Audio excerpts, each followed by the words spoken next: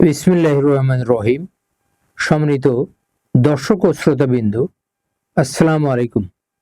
এখন যে বিষয়টি নিয়ে আপনাদের সামনে বলতে হাজির হলাম, তার শিরোনাম হচ্ছে ঝুঁকিতে দেশের অর্থনীতি।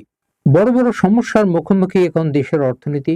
আন্তর্জাতিক বাজারে নিষেধাজ্ঞা, শুল্ক ও বিনিয়োগে কড়াকড়ির পাশাপাশি দেশের রপ্তানি ও বিনিয়োগের প্রভাব ফেলেছে।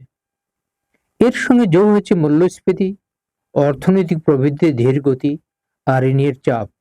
বিশেষজ্ঞরা বলছেন, এসব ঝুঁকি দেশের অর্থনীতিকে দুর্বল করে দিচ্ছে।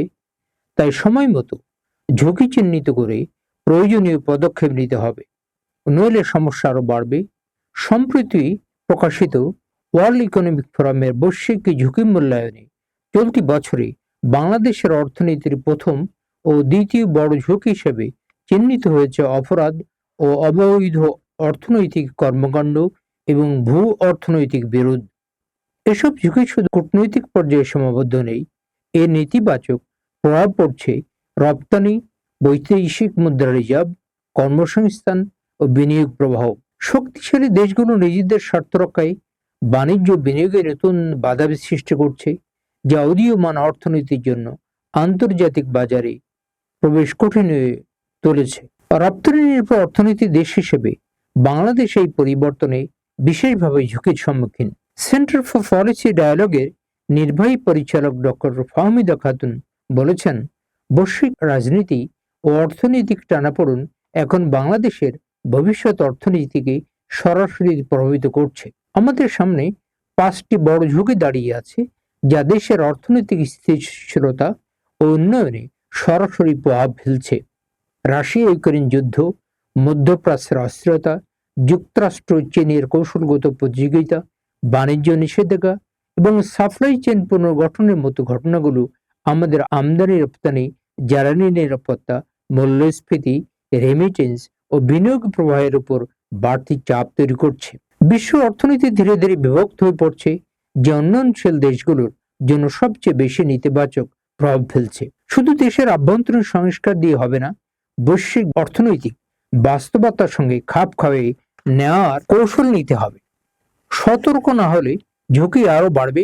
দেশের জন্য জরুরি হয়ে দাঁড়িয়েছে ঝুঁকিগুলো আগে ভাগে চিহ্নিত করে প্রস্তুতি নেওয়া, সুশাসন জোরদার, অপরাধ দমন, প্রয়োজনীয় অর্থনৈতিক সংস্কার এবং বৈদেশিক সম্পর্কের ভারসাম্য রক্ষায় কার্যকরী পদক্ষেপ না নিলে সামনে আসা চ্যালেঞ্জ মোকাবেলা করা কঠিন হবে। এদিকে ওয়ার্ল্ড ইকোনমিক ফোরামের তথ্য মতে দেশের অর্থনীতিতে তৃতীয় ঝুঁকি হিসেবে রয়েছে মূল্যস্ফীতি। টানা উচ্চ মূল্যস্ফীতির কারণে সাধারণ মানুষের জীবনযাত্রার ব্যয় বেড়েছে, আর ব্যবসা ও শিল্প খাতে উৎপাদন খরচও বাড়ছে। যদিও সাম্প্রতিক সময়ে কিছুটা স্বস্তি দেখা গেলেও সম্পূর্ণ স্বস্তির দূরত্ব এখনো কম নয়। চতুর্থত ঝুঁকি অর্থনৈতিক ধীর গতি, বৈশ্বিক মন্দার আশঙ্কা, আভ্যন্তরীণ বিনিয়োগের স্থবিরতা এবং বৈদেশিক ঋণ পরিশোধের চাপ মিলিয়ে প্রবৃদ্ধি কমার সংখ্যা তৈরি হচ্ছে। আন্তর্জাতিক সংস্থাগুলোর পূর্বাভাসও এই আশঙ্কার ইঙ্গিত দেয়। পঞ্চম বড় ঝুঁকি হলো ঋণের বোঝা। সরকারি, কর্পোরেট ও পারিবারিক পর্যায়ে ঋণের পরিমাণ বাড়ছে।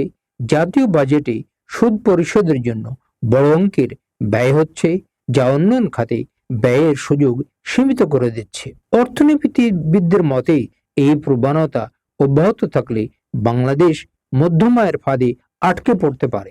এই ঝুঁকিগুলো আলাদা নয়, বরং পরস্পরের সঙ্গে জড়িয়ে অর্থনীতির স্থিতিশীলতা দুর্বল করছে।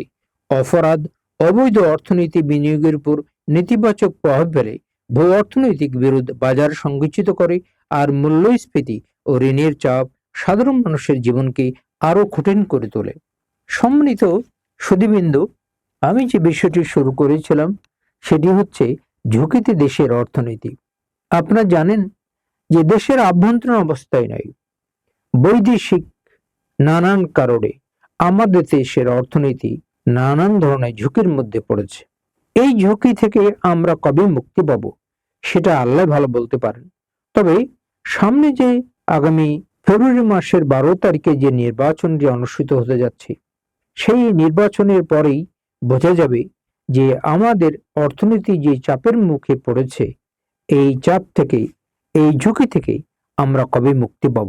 সম্মানিত দর্শক ও শ্রোতাবৃন্দ, এ বিষয়ে আরো ভবিষ্যতে অনেক কথা বলা যাবে। আজকের মতো ঝুঁকিতে দেশের অর্থনীতি সম্পর্কিত বিষয়ে আর বেশি কিছু বলতে চাই না। আপনাদের সবাইকে অসংখ্য ধন্যবাদ জানিয়ে আমার আজকের আলোচনাটি এখানে শেষ করছি। আপনাদেরকে অসংখ্য ধন্যবাদ।